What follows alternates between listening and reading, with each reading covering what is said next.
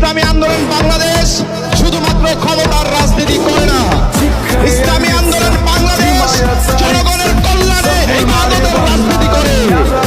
আমরা দেখেছি 24-এর গণঅভ্যুত্থান পরবর্তী সময়ে এদেশের যারা ক্ষমতার রাজনীতি করে তারা মানুষের ঘর বাড়ি দখল করেছে, অফিস আদালত দখল করেছে, টেন্ডারবাজি করেছে, দুর্নীতি করেছে।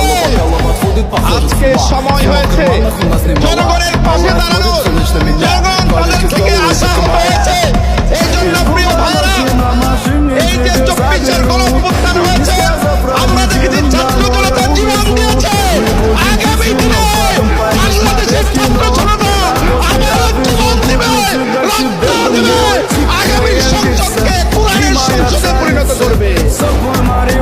এই আহ্বান এবং প্রত্যাশা রেখে আপনাদের প্রতি সবিনয় আহ্বান জানাতে চাই। প্রিয় বন্ধুগণ, আগামী বাংলাদেশকে সুন্দর এবং বৈষম্যমুক্ত গড়ে তুলতে মাঠে ময়দানে প্রস্তুতি নেন, নিজেদেরকে যোগ্য হিসাবে গড়ে তোলেন। এই আহ্বান জানিয়ে, এই প্রত্যাশা জানিয়ে আমি আমার সংক্ষিপ্ত বক্তব্য শেষ করছি। আল্লাহ হাফেজ।